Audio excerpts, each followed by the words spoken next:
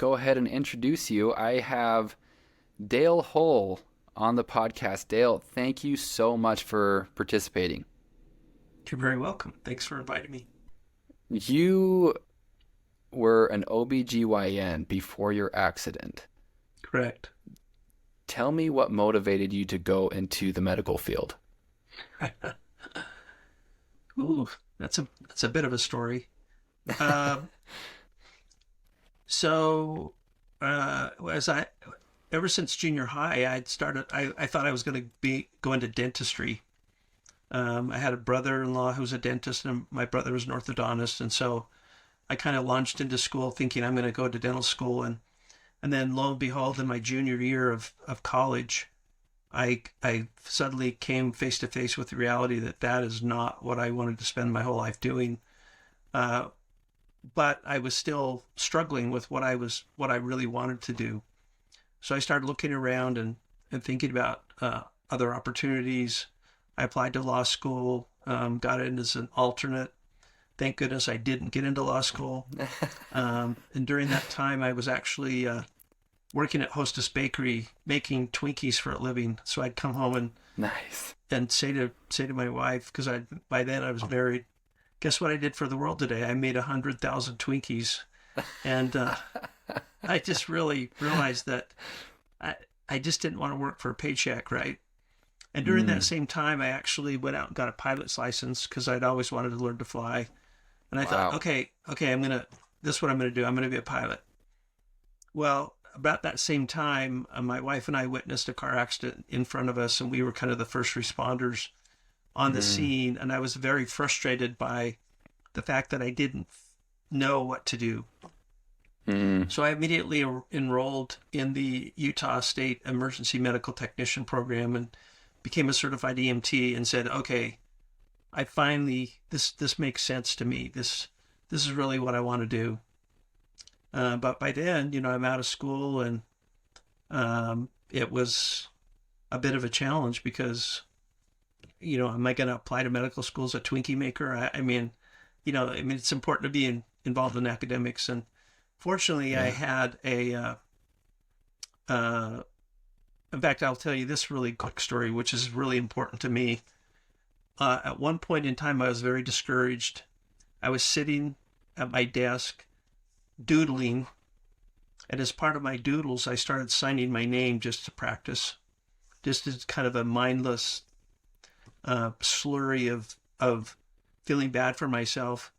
And at one point, I signed my name and then paused for a minute, and then I wrote MD behind my name.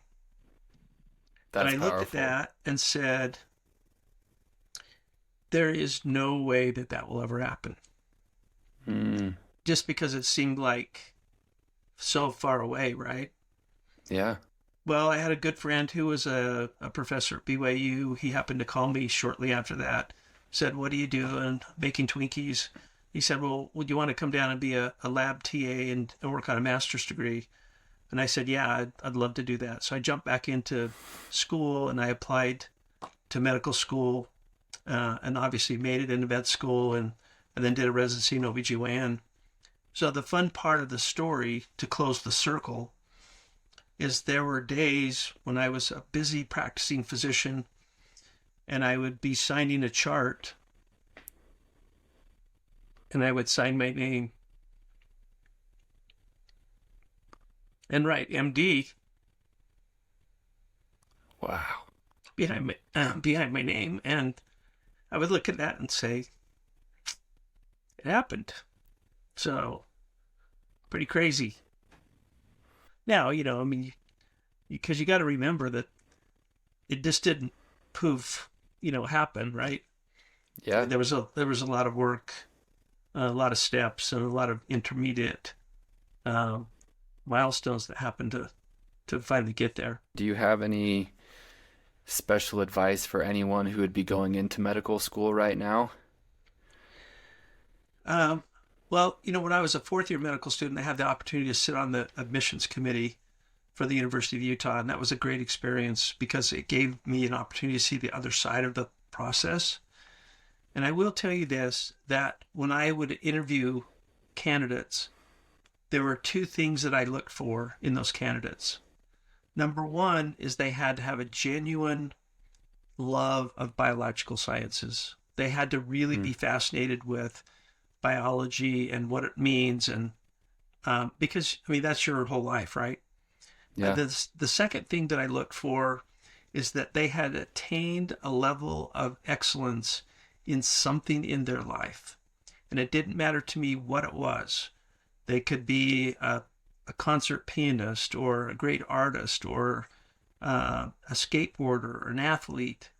And the reason I feel like that's an important thing is, the part of the challenge of getting through medical school and being a physician is you have to be focused when you don't want to be focused.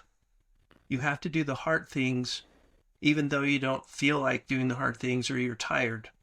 And what I realized is if someone attains a level of excellence at something in their life, they had to put in the private time before the public performance actually occurred, right?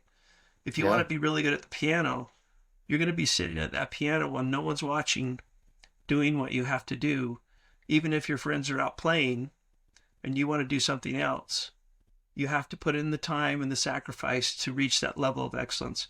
So if someone had done that in their life, that showed me that they had that something that they knew how to sacrifice, they knew how to focus, and they were willing to put in the time to make that happen.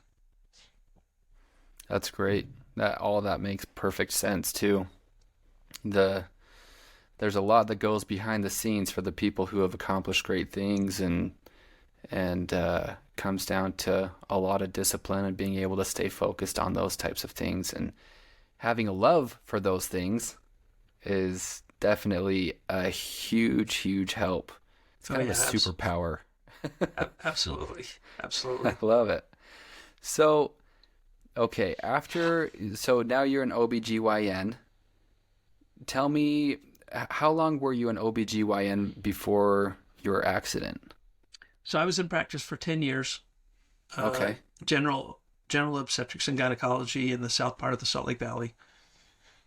Okay. And was in a great group practice, great partners, and a good group. We'd grown and had tried to create a practice that was very patient-oriented and had some things that others didn't. Like we put mammography in our office. We had ultrasound in our office. And of course, this was a long time ago when most ultrasounds were, you had to send a patient down to radiology in the hospital. So by having our own ultrasound suite, our own ultrasonographer, our own mammography, all that sort of thing, we tried to create this kind of a wellness concept of taking care of the entire patient. Yeah, that's awesome. That's having one place to go for all of those things is super helpful. Right. Especially at a time when probably information didn't pass as easily as it does now and whatnot. No, we did. I started practice in 1989, and there was no such thing as an electronic medical record. Yeah, darn it. That would have been nice, I'm sure. So tell me about what you did for fun during that time when you're established and, you have this family. I know that you guys went boating a lot. Is that one of your main things that you guys did?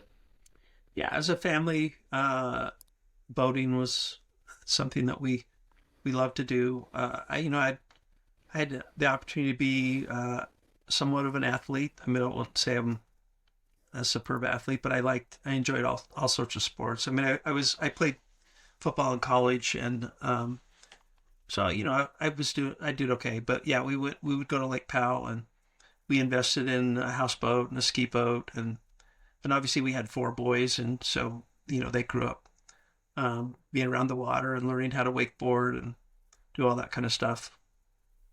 That's really cool. Yeah, I didn't get into boating until I met our mutual friend Ryan Garrettson, and now I need to figure out how to get my own boat because it's too fun. Well, the best advice is, you don't want to get a boat. You just want a friend with a boat. That's right. It sure is nice having a friend with a boat, so you don't have to worry about any of the maintenance or, you definitely try to help out with the cleaning and whatnot, but Well, the vast someone just majority. recently sent me a meme that showed a hand holding $100 bill that was on fire, and Uh-huh. the caption was, "If you are comfortable with this, you're ready to own a boat." There's a guy who I really look up to. He's probably in his 40s and makes $30 an hour. So he actually delayed his retirement so he could buy a boat. And he did it at a time when his kids were approaching the teenage years. And his philosophy behind that was when kids get older, a lot of times parents spend less time with their kids.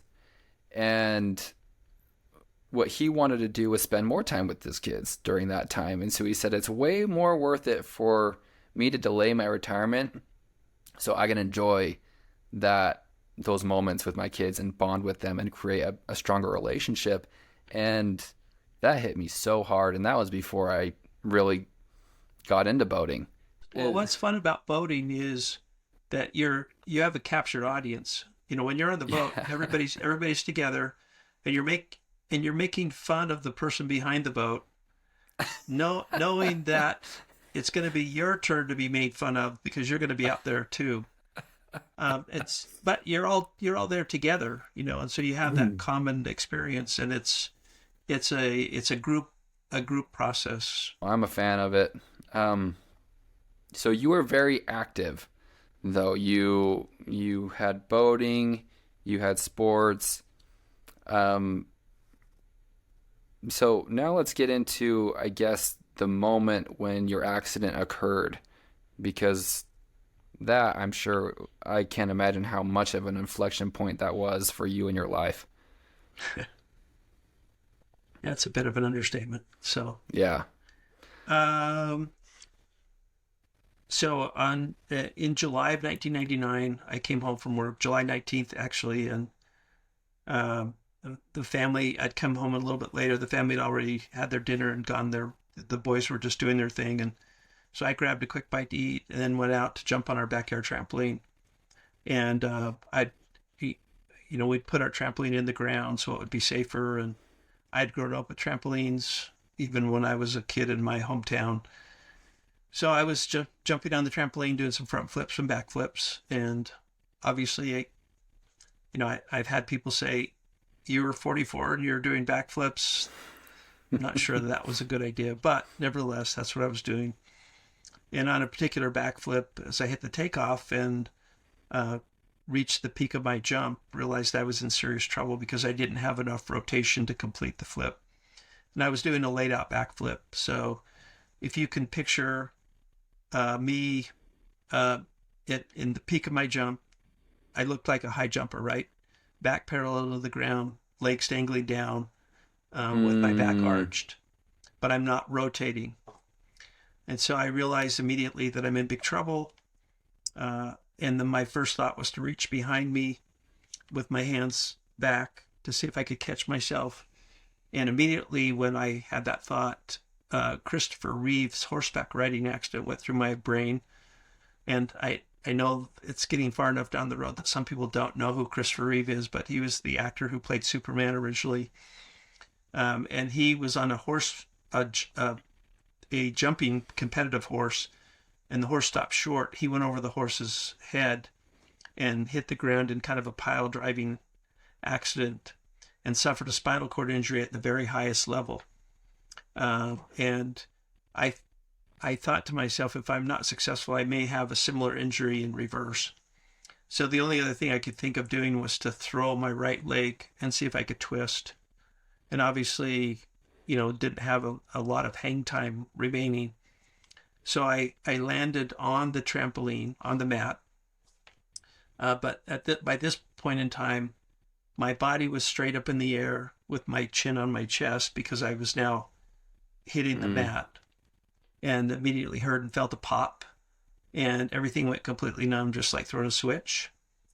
And I bounced on the trampoline, and because I had tried to twist as I bounced, then I rotated and came down on my stomach.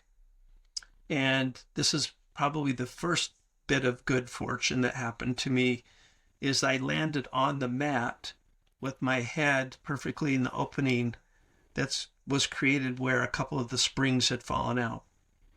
The reason that that's important is if you remember your first aid, if someone's had major trauma, you want to keep everything as aligned as possible with their spine to prevent further injury. And by landing in that position, my head didn't turn right or left, up or down. It was perfectly neutral. But immediately, I knew what had happened. I did try and move, thinking, okay, let's just double check, right? Couldn't move anything below my shoulders.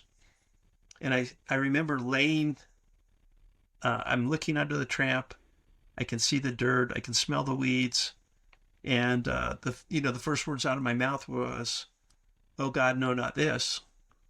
And I've learned a lot during this entire journey of through paralysis, but this was lesson number one, and that lesson number one is we're all going to have problems, right? That's not a secret. What I realized is the biggest challenge is it's going to be something that's not on your list. It's going to be something that shows up on a random Monday afternoon that you have no idea what to deal with. And I said those words because I thought it was really unfair that God was giving me something that I wasn't even remotely prepared for.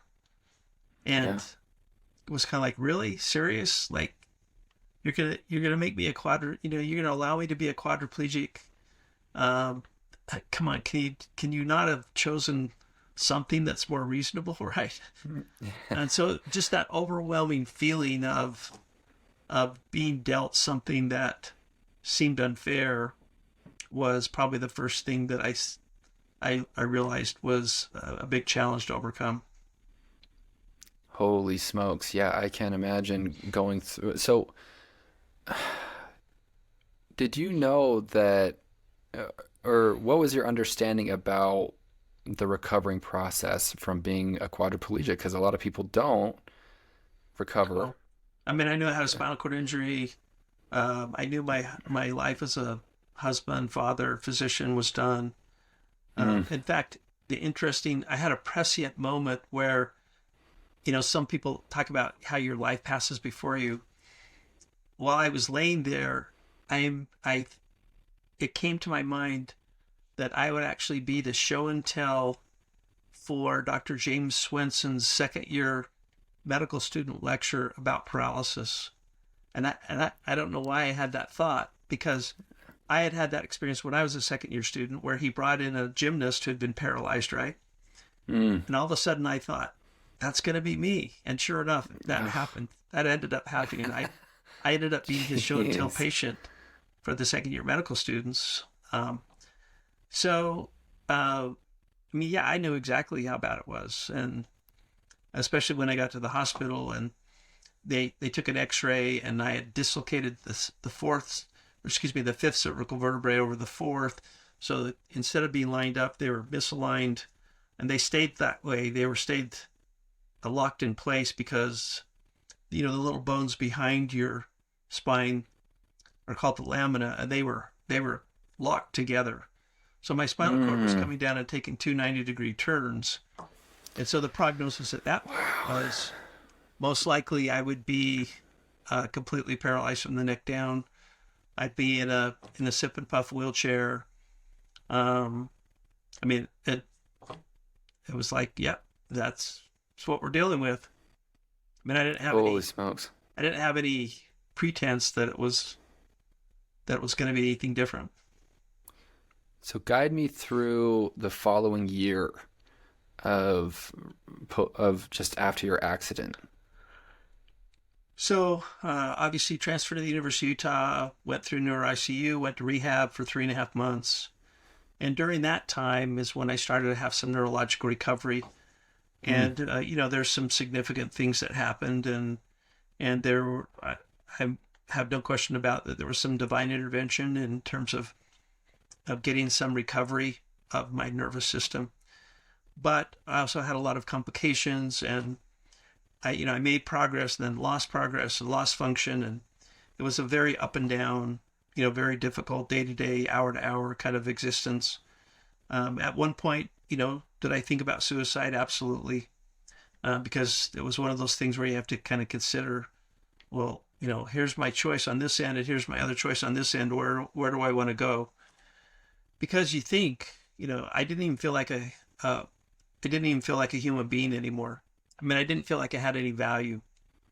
And I think what's interesting is we're defined by what we do in life. And when you can't do what you do, you become nothing.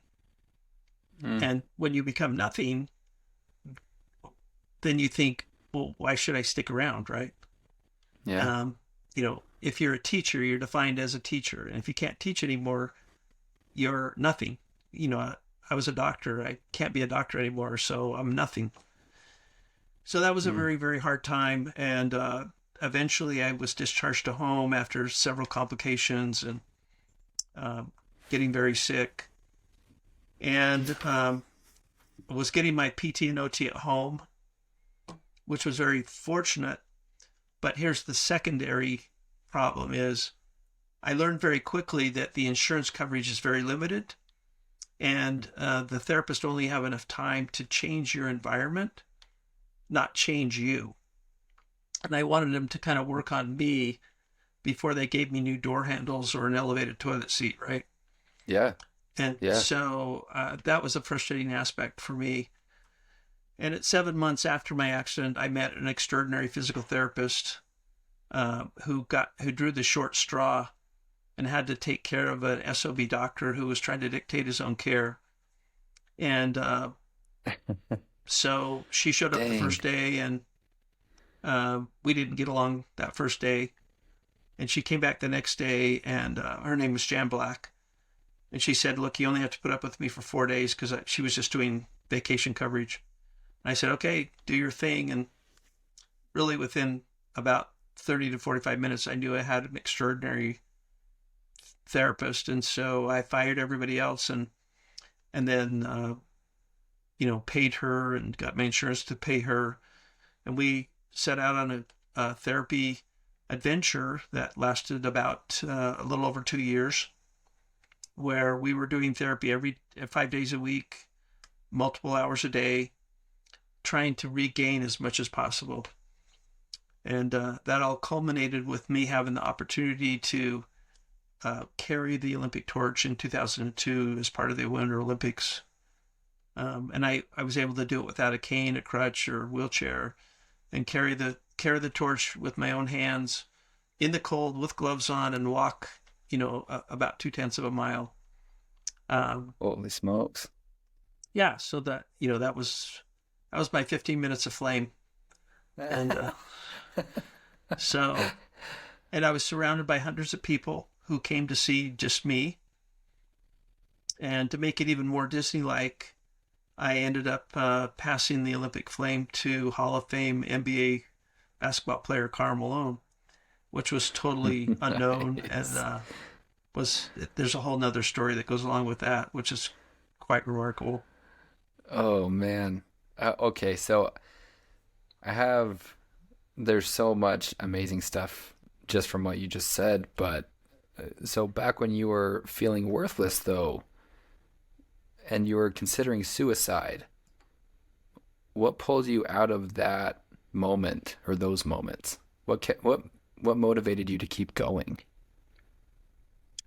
Well, I think number one is my faith, my personal faith, and knowing that there is a God.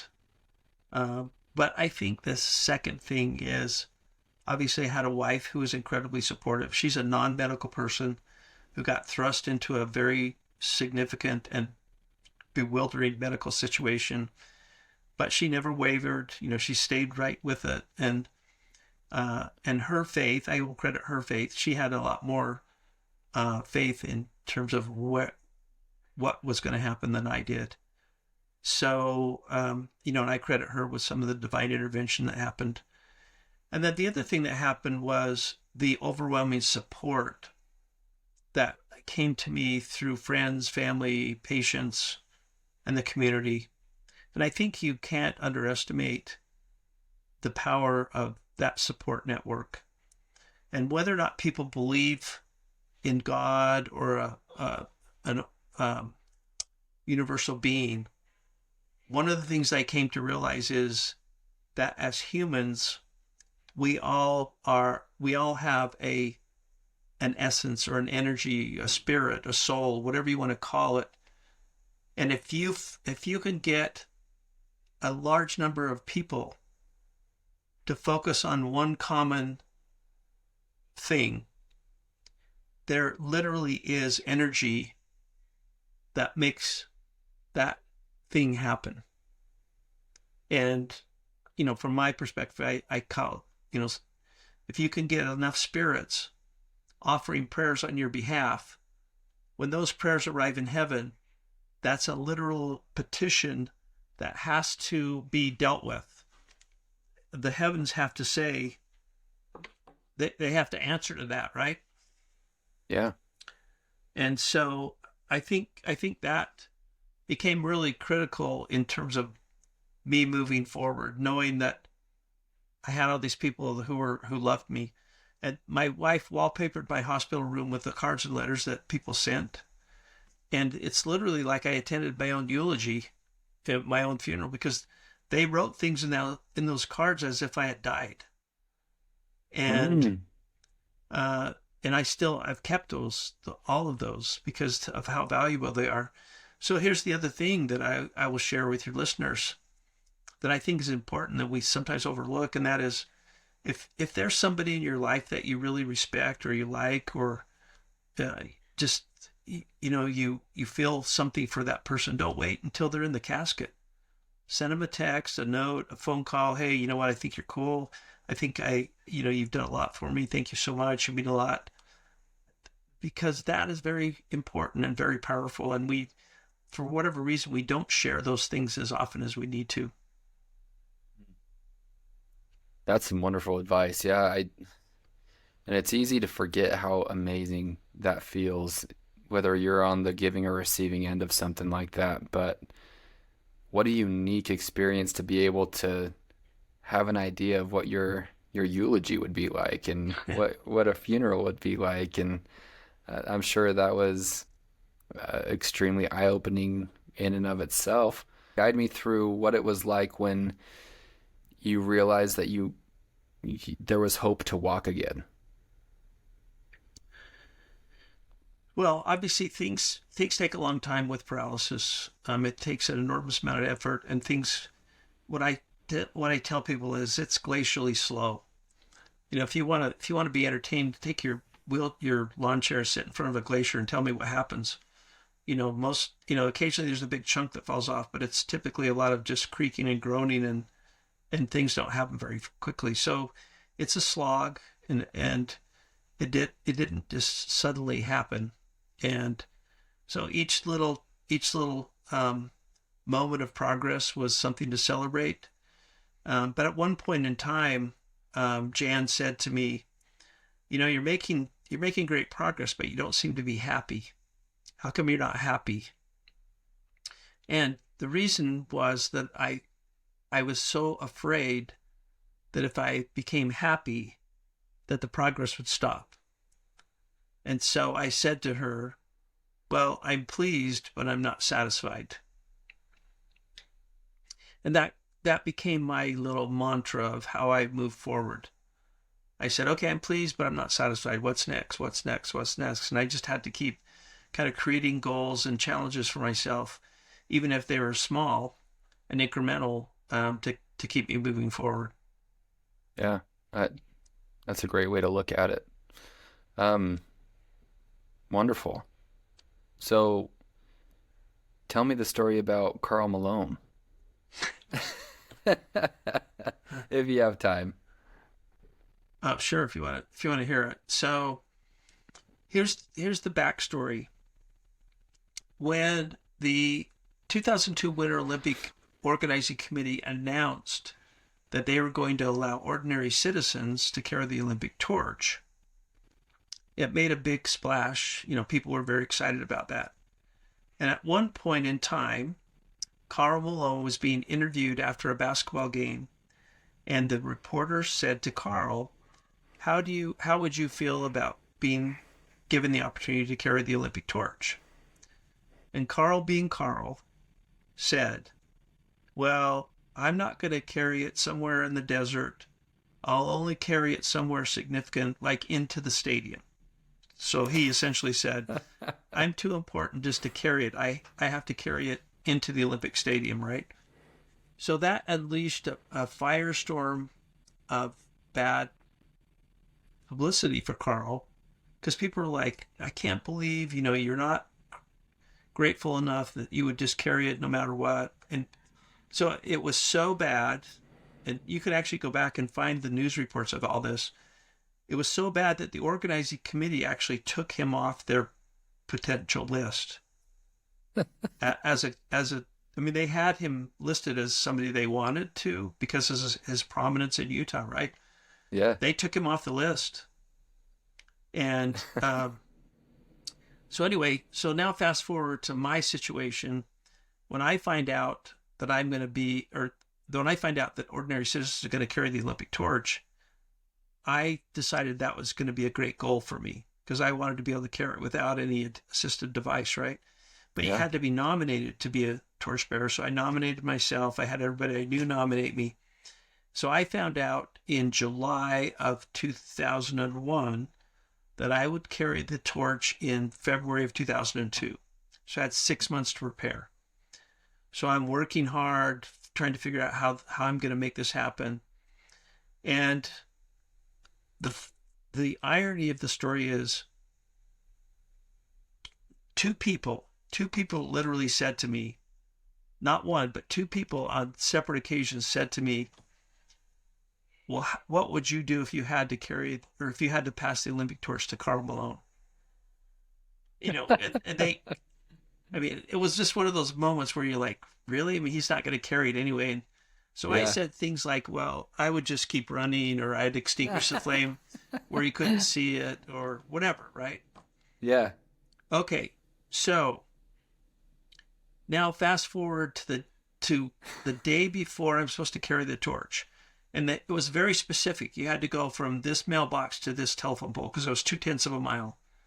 And I had all these people waiting. And once they sent me the letter about 2 weeks before, everybody was like, okay, we're going to come. We're going to show up. We're going to be there for you. I get this phone call the night before, and the person identifies themselves as part of the Olympic Committee. They said, hey, we're going to move you back one segment. I said, no, you cannot do that because I can't call everybody. Everybody's going to come and see me, right? Yeah. But I didn't know why. They didn't say anything why.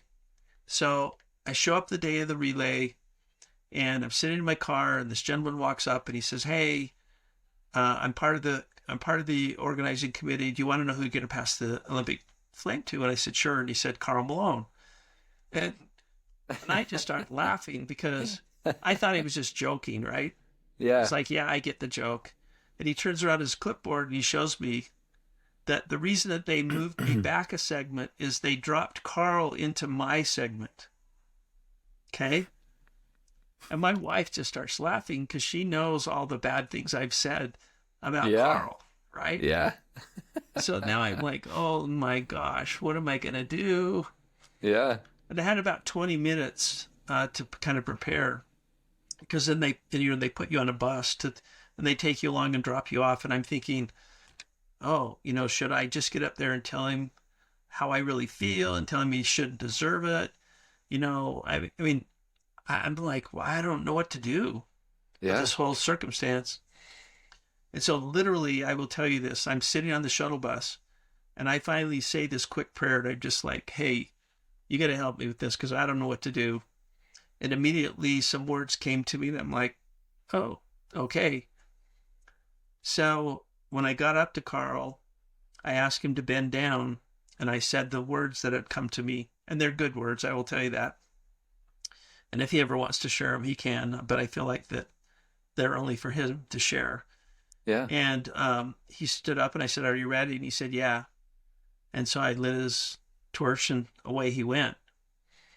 Now, Nice. the other part of the story that's funny is later on I heard from a lot of other people that as Carl was running through the street in my segment, all the people there were coming back toward me, and there was Because because it they was were all your there to see me, right? yeah. So there wasn't applauding or there wasn't booing or anything. There was just kind of this weird hushed thing as people went, "Well, that's not Dale, you know." Oh, And that's so so they funny. started to go the other direction. So when I heard the story, I decided I would write Carl a letter and say, "Hey, you had this kind of odd experience. Let me explain to you why that happened." And I was able to get a really nice photo off the back of the media truck of me lighting his torch. So Nice. I did two 8x10s of that picture, and I sent him the letter and I asked him to autograph the photo and return it, which he did. But the other photo I autographed. So Nice. I'm probably the only person who's ever sent Karl Malone an autograph picture. That's so awesome. So I anyway, love that. that's the whole Karl Malone story. That's a good one. That's a good story. So tell me about how NeuroWorks came about. So you're recovering, and at what moment did you decide you wanted to start something like NeuroWorks? So what happened was, obviously I had met a lot of other people who had been injured, and they wanted what I was getting, and I couldn't say, "Well, come on over to my house," because that's where I did my therapy. And at Yeah. the same time, Jan Black had always wanted her own clinic, Mm. and so we started talking about the fact that it was really unfair that people didn't get decent outpatient therapy. And so we actually said, is there something we can do to help our community? Is there something we can do to help these people who need more therapy, who want more therapy, who deserve more therapy? And so we literally said, okay, if we're going to do it, how do we do it? And we said we have to eliminate the financial barriers. We have to make it accessible. So we created a nonprofit. We wrote a business plan. And we kind of had it in mind. And then the opportunity was suddenly thrust on us. And literally, we put $500 in the bank. We rented a empty room in a strip mall in 2004, and we said, okay, we're going to be a spinal cord recovery center. And honestly, it was the dumbest idea because the whole concept was we're going to give people what they need, not what we can make. So it's a terrible business model because we're just giving away care every day, but it's a great people model because people make more progress, right? Yeah. So, and there was just the two of us, and there were about 12 people who showed up, and that was 19 and a half years ago, and we just slowly expanded and wrote grants and solicited donations, and more people came and more people came, and we added staff and equipment, and now we're in a custom designed 2-level 24,500 square foot facility. We do PTOT and speech for adults and children with paralysis from spinal cord injury, brain injury, stroke, cerebral palsy, spina bifida, and similar neurological conditions. We've treated several thousand individuals now from 28 different states and 4 different countries. That's amazing. The people that we have an opportunity to meet are the most amazing people ever. So one of the more memorable ones is a kid named Bernard, and he was in his mid-20s. He had dropped out of school to help take care of his dad because his dad was dying of cancer. And when his dad passed away, he felt like he kind of needed to get away, and he was estranged from his mother, so he was kind of on his own. And he ended up in Arizona and got really hooked on skydiving down at one of the dive places down there, Mm. and was becoming an expert skydiver, right? But unfortunately, he had a skydiving accident and became a paraplegic with a Mm. spinal cord injury. And immediately his girlfriend left him, and so he was kind of all on his own, didn't have any support system. Eventually found his way to NeuroWorks in Salt Lake City for therapy. Great kid, very bright, but totally devastated. And he Mm, probably was in my office every week, and he would just say, "I can't do this. I can't do this. I'm going to kill myself. I'm going to kill myself." mm. And we would talk, and we would talk, and we would cry, and we would go through things. And finally, I just said, "Look, you know, just give it 1 year. Give yourself 1 year, and if after 1 year you still feel the same, then we'll figure out how to take your life, and we'll figure out how to move you forward if that's really what you want to do." Super hard worker, uh, but it became readily apparent to all of us that his paralysis was very dense, meaning he probably wasn't going to get a lot back, and he was going to need a wheelchair for the foreseeable future. But he eventually kind of rallied and said, I think I want to try and go back to college and finish college, which he did. And then one of his lifelong dreams from when he was a child was that he had always wanted to be a veterinarian, but now he was paralyzed. Well, long story short is he pursued that dream and became the first wheelchair user to be accepted into Colorado State College of Veterinary Medicine, graduated with his DVM. He's now doing a fellowship in veterinary radiology. And the last video he sent me several months ago, he was in the iFly wind tunnel thinking about returning to skydiving. Wow.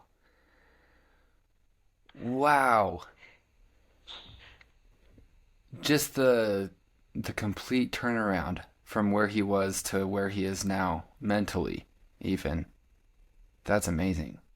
And the most amazing thing to me is he did it all on his own. Yeah, I mean, talk about courage. yeah. Uh, That incredible obstacle that was put in his way.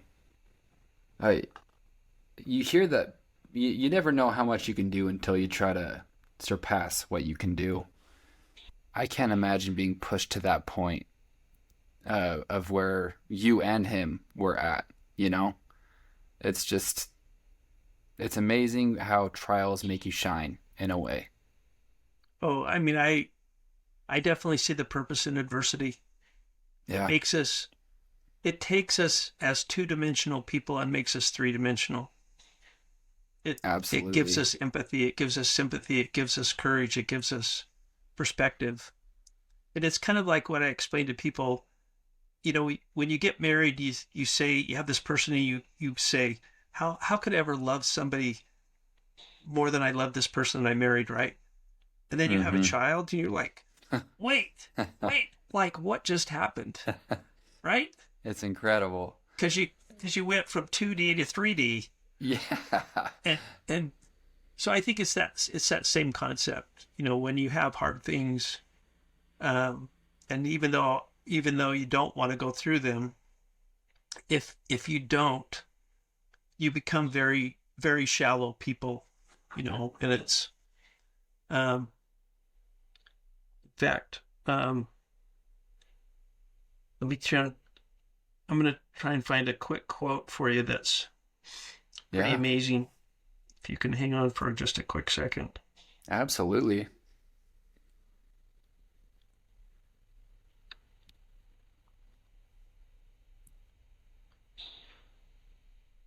Yeah, so this is from. Have you ever heard of the famous book Crime and Punishment? I've heard of it, but I've never read it. So the quote is, "Pain and suffering are always inevitable for a large intelligence and a deep heart. The really great men must, I think, have great sadness on earth." Mm, And it's interesting if you look at the history of great leaders. Many of them have had significant issues to overcome. they have. How can people support NeuroWorks? Is there a way that anyone else outside can support you guys? Oh yeah, I mean, obviously we still are um, reliant on donations. We do write grants, and but anytime anybody wants to donate, they can just donate directly. They can go to our website. We have a Venmo, we have a PayPal, whatever. Our end of year campaign is called the Remarkable Journey campaign because all these people are on this remarkable journey of recovery, and so that's usually our big donation campaign push. That's wonderful. Well, Dale, thank you so much for sharing your story. Well, you're very welcome. Is there any advice that you want to give to the audience? I think just gratitude is really something that we need to remember every day, and to be grateful that for all the things you have. And gratitude really becomes a major motivator and a major help in our lives. And obviously, I'm extremely grateful for what I have. And the amazing thing is I'm far enough down the road now, and the amazing blessings, the amazing opportunities, the people I've met, the things I've had a chance to do. I will tell you that the worst thing that ever happened to me is actually the best thing that ever happened to me. Which is always surprising when I say that, because I miss my body every day. I'd love to not be paralyzed, but I couldn't go back because it's been so valuable and so rewarding and so enlightening in terms of the things that I've been able to experience. Thanks so much for tuning in, you guys. This is a brand spanking new channel, so please drop a like and subscribe so I can keep making this better. Hope you have a good one. I'll see you on the next show.